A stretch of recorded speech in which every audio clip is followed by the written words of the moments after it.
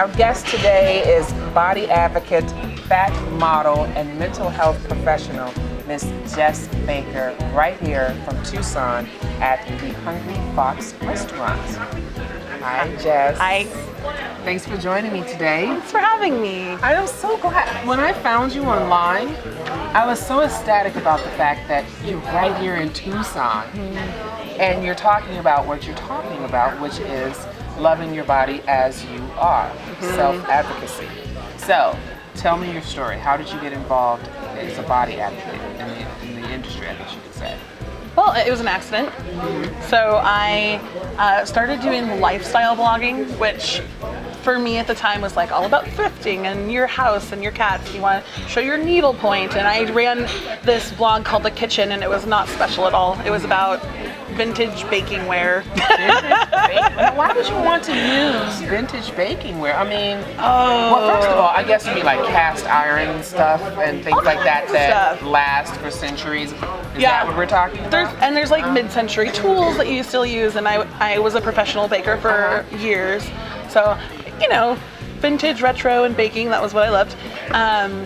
And so anyways, the blog is insignificant, but what ended up happening is it led me to this particular blog called The Nearsighted Owl, and it was run by Rochelle, who lives in Portland, and she was everything that I was really used to in lifestyle blogs. She had cats, she liked owls, she thrifted, like she had a requirement to run a blog is to have cats? Like Samson and I. How many cats do you need to have a blog? Oh, I have three. Okay, so I'm at least a professional. 3 to have a blog. Okay. You probably have to have one cat to have like a You kitschy need to blog. have at least one cat. You know, yeah. So you saw the record blog, players and all that inspired you to... Well, it reminded me of every other lifestyle blog, except for the fact that she was really fat. And I at the time didn't have like the words to explain what I was experiencing, but being able to see somebody who was super fat, like me, I was in denial at the time, but like me, living this fulfilling, amazing life that I loved, kind of broke my brain a little bit, because I didn't know that you could be fat and happy. I didn't know that you could be publicly fat and married, and have cats and have this successful blog, and it was really wonderful. So anyways, I kept going back out of curiosity, and after a little while of this thought, I remember sitting on the floor in my living room reading her blog and finally having this epiphany. And it's sad that it happened, but it happened, where I thought, oh my god, maybe I don't have to hate myself for the rest of my life.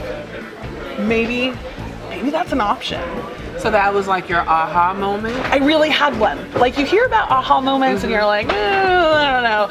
No, that really happened. Were you really, really low and feeling down and depressed at that moment when were you just sitting on the floor, like not bawling your eyes out necessarily, but feeling really bad and then it just clicked? Or were you just sitting there pondering the blog, or did you, Well, I think, fundamentally, I've lived my entire life assuming that self-hatred is inspirational.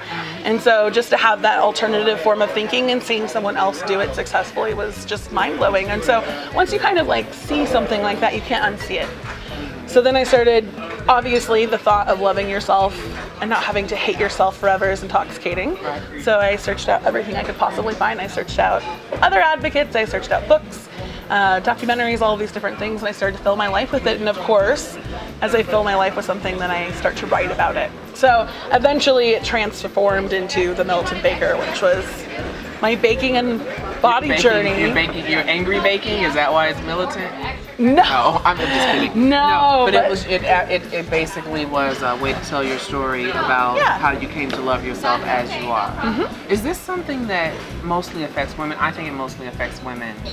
But I think I'm historically, pretty sure men feel the same way too. Yes, I think everyone feels the same way. I don't think one person has been given permission to love themselves the way they are exactly with their outsides, but I think historically it's been focused around women for political and economic reasons. But in the last 20, 30 years, we've seen it spread to what we would consider like traditional cisgender men, where now, so like a percentage wise, in the last 3 years, the men's beauty products, they've increased by 70%. Let me take that in. Men's beauty products have increased by 70%? 70. It's the fastest growing beauty industry section. Oh my God. Those aisles you walk down in Target, all the black and red. Like, Yeah. we're selling men this idea of perfection as well. So, and that's of course just a small part, but it's important to know that like this applies to everyone. And so, you know, it's very complicated, but the politics have found a way to make everyone feel like they're inferior, and so now we all buy into different versions of the beauty myth. So would you say that Hollywood and the media play a large role in setting the tone for what's acceptable for body image in this country? I mean, wouldn't you say that Hollywood and the media are in control of that? Yeah, media and advertising. And it sounds like a very cliche thing to say, like, Right. oh, the media, Or the is man, so the evil. man is calling me fat. Yeah. But the reality is that using advertising as a way to sell perfection and insecurity and then offer the solutions has been going on forever.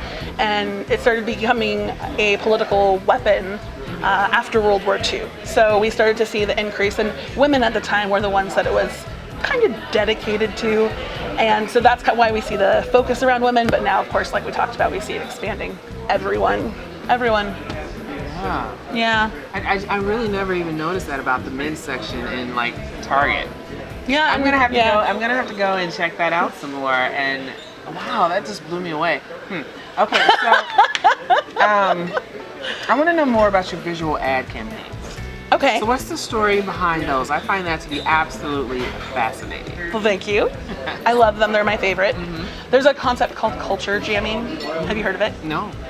The concept behind culture jamming, very simply, is creating alternative versions of things you see in our culture, and then kind of flood it. So, for example, I did these perfume ads called Lustworthy. I don't know if you've seen them. Nope. Okay, there's a I'm gonna concept go look behind them them. up on YouTube though.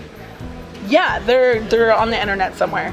And it's very purposefully perfume ads, fake perfume ads. We recreated them with a local photographer that pairs alternative sized bodies. So you in the media see a lot of times like really large bodies and really large bodies. The traditional like classic example is Mike and Molly. We don't freak out because they're both atypical and belong together. And then we see straight sized bodies and straight sized bodies everywhere else. Right? They're always together. You never see a super fat person and a super thin straight sized person being all sexy together in advertising. You just don't, unless it's a joke. Right. Yeah. So I wanted to create something serious that was, hey, this happens in real life all the time. We just don't see it in advertising. So one of them is called Lustworthy for the Visible Woman, and it's me in a very muscular man. My favorite time, yes. And then there's another one where there's a really large man and an actual model. I was modeling with him in a very non-gold digger type way, talking about attraction, how natural it is that all bodies are paired with all bodies. The Abercrombie and Fitch campaign went viral, I think, for the same reasons. Yeah. We never see the pairing of larger bodies and straight-sized Smaller bodies. Right. When right. you know they talk about mixed weight relationships. I don't know if you've how is heard that even a term? Mixed weight relationship. It's our obsession with this thing that exists everywhere. That's amazing. And it's everywhere, but we don't see it, and so we make TV shows about it. I mean, you know, who weighs exactly the same as their partner? So I wanted to ask you about Hollywood and their portrayal of larger people. Okay. Like, what is her name? Amy That's Schumer. That's in Mike and Molly. Melissa McCarthy. Melissa McCarthy, that's her name. Thank you. Rebel Wilson. We can Brain keep lapse. going. So with Melissa McCarthy, a lot of her roles, if not all of them, are comedic. I think maybe she did one serious role. Kind of. But it wasn't 100% serious. Tammy? And she was still a comic relief in that movie. So do you think it's possible that larger people will ever have an opportunity, larger women, I should say, because larger men will get a lead role in a movie quicker than a larger woman would. Do you think there'll ever be a place in the film industry for a larger woman to get a lead role that's not a comedy-based movie? I mean, why do fat people always have to be funny and jolly? Oh, I know the answer. Oh, what's the Kind answer? of. Kind of. There's okay. a lot of answers to that. The answer to your first question is I think yes. I think we're moving that way. I think we're seeing a lot of outrage in the last, I would say, for me, I've noticed it in the last like 4 years, but that's because I've been aware of this for about 4 years. But we're seeing this like growing social and public outrage at inequality and bigotry towards Pretty much everything. A lot of different things. And I think it has a lot to do with a certain generation that's really obsessed with inclusivity. It's wonderful. So we are seeing things shift. The reason we see Melissa McCarthy in those roles is because historically for a very long time we've only presented fat people in very heavily curated ways that then we only know how to process them in those roles. So here's a great example. There's a documentary coming out called Fatitude, all about fat bodies in pop culture. Oh, wow. Yeah, Lindsay Avril, who's a friend of mine and a co-director.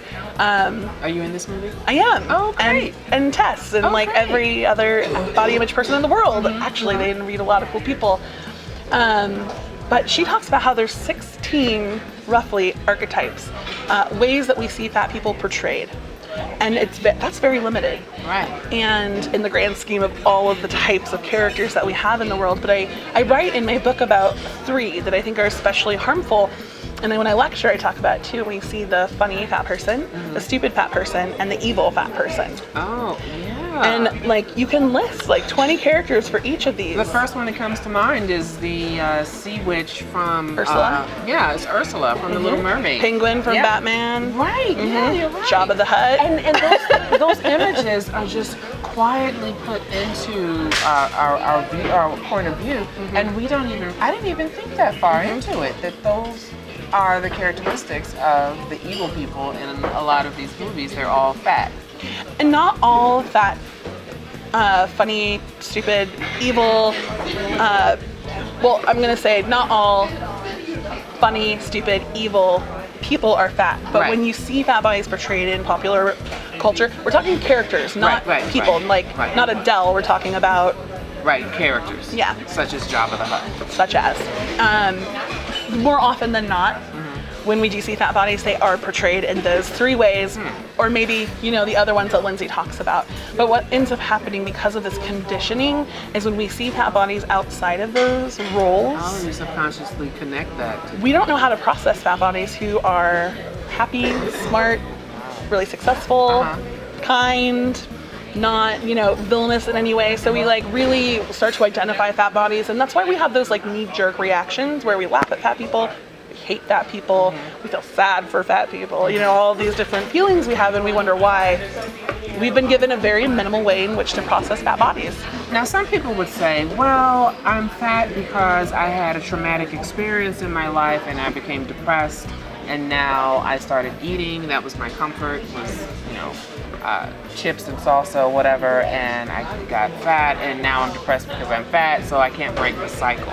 So how far back do you need to go with the self-love? Do you just say I accept my body or myself as the way I am? Or do you need to go back and actually treat the depression first before you can get to the point where you actually can say that you have self-love instead of self-hate?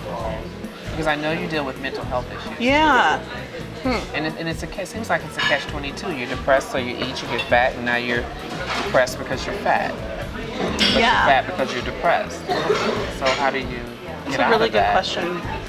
Well, I always believe in treating mental health first because when our brains are functioning, the rest of our life can also function. So they are inextricably connected. But if it were me, I think that, looking at our mental health is probably the most important starting point.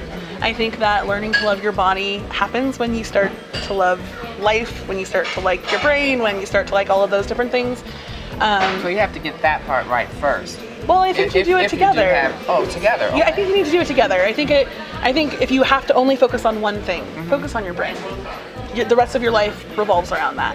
But if you can also work in this element of okay, I realize that the reason I dislike my body is because I've been taught to dislike my body, and everyone else does too. And maybe you can kind of let go of that weight, right? Of the weight of hating yourself. That makes working on your mental health easier. So you kind of have to dissect the different sections. Do you think they just misunderstand us, or nope? Just judge us? Nope. What do you think? I think that it's a thing called body currency, and I think we buy into this lie that says if you achieve the perfect body, you will find love, success, worthiness, and happiness. So we all invest everything we've got We like give all of our money to $60 billion a year to weight loss and beauty, and we go to the gym every day and we hate ourselves while we do it because that is inspirational and we will get better and obviously then find happiness.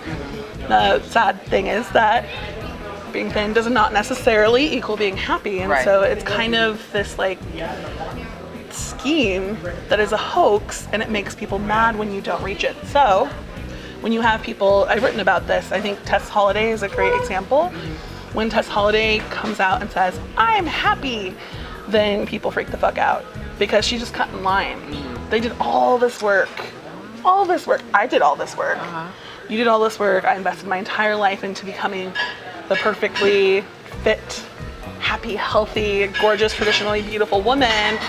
So says this, group of people or whoever else, because a lot of times too, sexism comes into play. So you have a lot of men who are upset about it, and a lot of people who don't identify as either. So anyways, you look at this fat person who's like, I'm happy, found the pot of gold, guys. Didn't do any of the work, don't want to do any of the work, and people get really angry. And so there's this like bought in entrenchment that happens, and it's really hard to get out of that when you've invested your entire life. I think that what happens is we like tell people they need to love their body as it is, right? And I think that there's like magic that comes with being like, okay, my body is this way, it's good. Because then from that place we can go anywhere, right? But if somebody, so let's take a transgender individual feels like they cannot love their body because it's not who they are. They must change their body in order to be okay.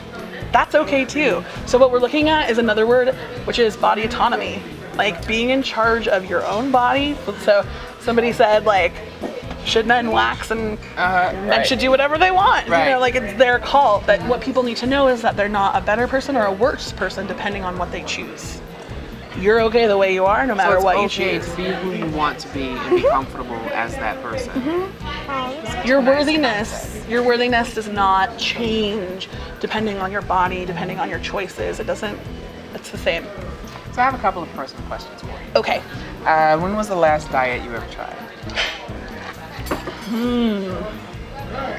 I ate Melba toast for a day. No, that was a one-day diet on Melba toast. No, I've been dieting my whole life. That was the last one, but Melba toast was I was like, oh, this shit's awful. I'm gonna try the Melba toast diet for one terrible. day. I'm gonna try it. I'm gonna try it and let you know. Recommend it for one day. Really? Like, no. 30-minute Melba diet. Okay. Try one if you want. I'm just telling you, it wasn't for me. What's your favorite comfort food? Ooh, right now it's ramen. Ramen noodles. Do you put anything special in them? You can make the most amazing ramen at home with any kind of stock, any vegetables you have, fish sauce, soy sauce. We just put mushrooms. We did a beef steak one that was really amazing. Anyways, ramen. Can I come to your house for dinner? Yeah. That sounds good. And cilantro. Cheap. And cilantro? That's the secret. That sounds cheap. Okay. So, you wrote a book. I did. What's the name of it? Things No One Will Tell Fat Girls. Things? Okay, so what are a couple of things that no one will tell fat girls? I've got to know because obviously no one has told me. So what is it? Well, a really important one is salad will not get you to heaven. Salad will not get you to heaven. And okay, so I can cut back on salad. Cheesecake will not send you to hell. I could eat more cheese. That's what that sounds like to me, right? Well, there's a lot of things I talk about. That sounds great, but one of them is like, let's be really careful about the way we talk about food. It's kind of silly that we talk about like bad food and good food in the way of like, oh, I was so good yesterday and I ate a salad, and I was so bad and ate cheesecake, and it just really assigns this morality to food that's really weird. That's just one tiny section. I talk about fat relationships. I talk about kind of what we talked about, the tropes, the ways we portray fat people in the media. Why do we see so much hatred of fat people? Why does that happen? There's 3 reasons. I talk about them. I talk about the history behind body image. This sounds really good. Fairly in 9 months to write this? I wrote this book in 3 weeks. 3 weeks? It was terrible, and then I edited the shit out of it for 9 months. So you wrote it for 3 weeks and then you edited it. I was like, okay, editor, here's my book. It's awful. Oh, wow. And then I even rewrote part of it because while I was writing it, I had this epiphany that I had never had before. And so it was, and there's a lot of personal stories. There's some stuff I've written about online for people who don't know me. Like, there's some experiences that I've had that I wish everyone knew. But basically these are all of my revelations that I've had in the last few years doing intensive body image work, and that I wish everyone knew. And so it's aimed at fat girls, but all of this stuff applies to every person with a body. Are you doing any more TED Talks soon? Oh, that TEDx talk was the hardest thing I think I've ever done in my life. I had no idea. You were great. I don't stress about in front of people or anything. I lecture for a living. Like that shaking. I had cards and I was like going through them right before, and I was like, all right, 14 minutes. Showtime. Yeah, you were great. Everything in 14 minutes is very hard. So no, I have been asked to speak a few, and I said no. What? I know. I've got one. It's out there. It's good. I like speaking. I like interacting with people. So I go to universities. I hug people afterwards. I answer their questions, and like that's really fulfilling for me. Oh, okay. Well, I do hope you do more TED Talks because that was really good. So what is your secret indulgence in your downtime? Like, what do you like to curl up under the covers and do that you could say on the air? Oh, I have learned the magic of Netflix and Amazon Prime. You watch Netflix? I do. Do you watch Black Mirror? No, that's too scary. No, that's not a scary show. It's dark. It's real dark. It's twisted. It's but real dark. You should watch the Hot Shot episode because it goes right along with your body image, and you'll be blown away by it. You'll be blown away. All right, fair. You know what I noticed? I used to like not have a very like fulfilling existence in that I worked this like super cool job at an alternative bookstore, and I thought it was awesome because I wore thrifting clothes every day, and like I just thought it was hot shit. And while I was there, my indulgences were like really heavy. So I watched a lot of documentaries and listened to a lot of really obscure music, and I was able to do that because I had the capacity. But once I started working in social work and mental health and behavioral health and body image, my energy and like my space is taken up by really heavy, big social justice things. Okay. Now I need action movies and Taylor Swift and Netflix. And in that order. Got to throw Taylor Swift in there. Oh my God, of course. So now I love all that shit. Okay. And that's what I do in my downtime. So we can find you online at themilitantbaker.com. And then any other blog posts or sites or anywhere else we can find you? How about on Facebook?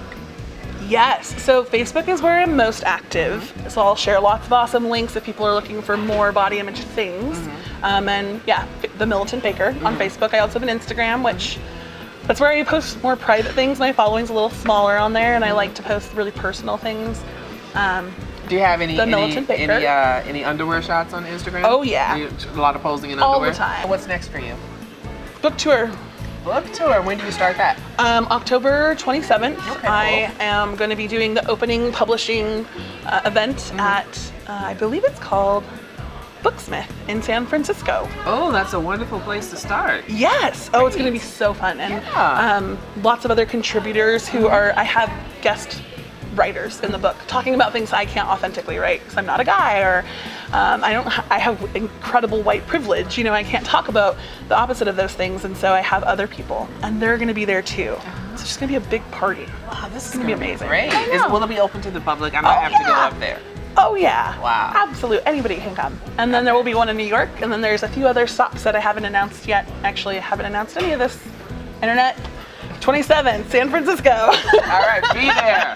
Man, that sounds That's what great. I'm doing. Yeah. Well, I want to thank you for taking time out of your afternoon to join me. Wow, you are just fascinating. I mean, we usually have more silliness going on in our interviews, but I just felt like you were just so intense. I'm pretty intense. Yeah, you're pretty freaking intense. Wow.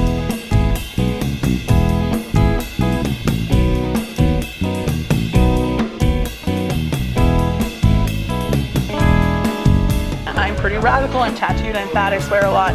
Like I talk about. You haven't sworn once, which is really weird. I know. Really weird. I don't know okay, why. let's go. I don't know why. 1, 2, 3. Let's say shit together. Okay. 1, 2, 3.